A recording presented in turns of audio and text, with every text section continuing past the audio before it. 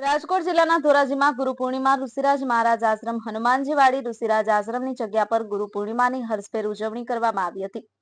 વાત કરવામાં આવે તો ગુરુ પૂર્ણિમા એટલે કે જે શિષ્યો હોય છે, જે ભક્તો હોય છે, તે ગુરુને નમન કરવા માટે તેમજ તેમના આશીર્વાદ લેવા માટે આવતા હોય છે। ત્યારે ધોરાજી ખાતે આવેલ ઋષિરાજ મહારાજ આશ્રમ હનુમાનવાડી ખાતે આજના પવિત્ર દિવસની ઉજવણી કરવામાં આવેલ છે।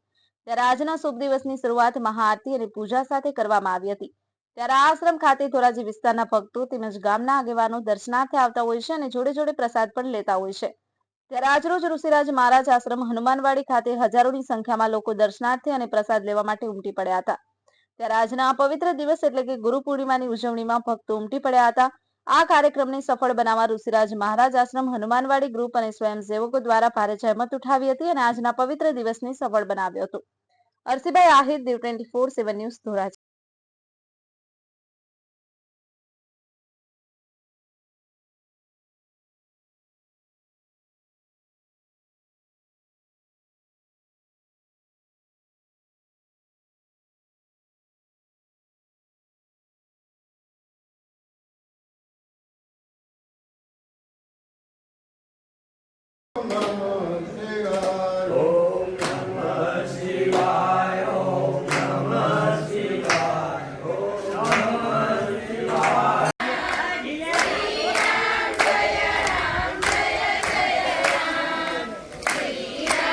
તમારું નામ?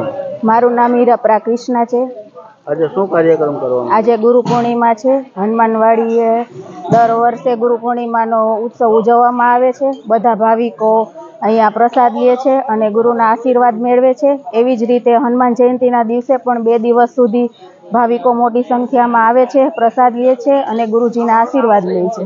સ્વયંસેવકો મોટી સંખ્યામાં હોય છે, બહેનો તથા ભાઈઓ, નાના બાળકો બધા હોશે હોશે કામ કરે છે અને સાથ સહકાર આપી અને સેવાનું કાર્ય કરે છે।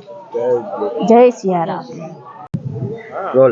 गुरु ब्रह्मा गुरु विष्णु गुरुदेवो महेश्वरा गुरु साक्षात परम ब्रह्म तस्मै श्री गुरुवे नमः।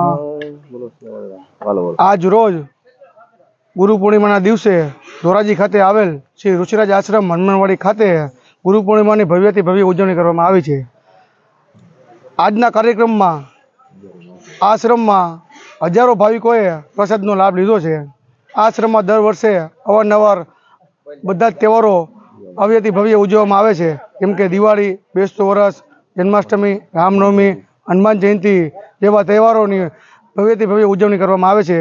આ તકે બહોળી સંખ્યામાં માણસો બધા ભેગા થાય છે અને દરેક કાર્યક્રમ બધા પ્રેમથી અને આનંદથી ઉજવી છે। આ કાર્યક્રમને જે સફળ બનાવવા માટે ધોરાજીના અને આજુબાજુના 500થી વધારે કાર્યકરોએ આ કાર્યક્રમને સફળ બનાવ્યો છે।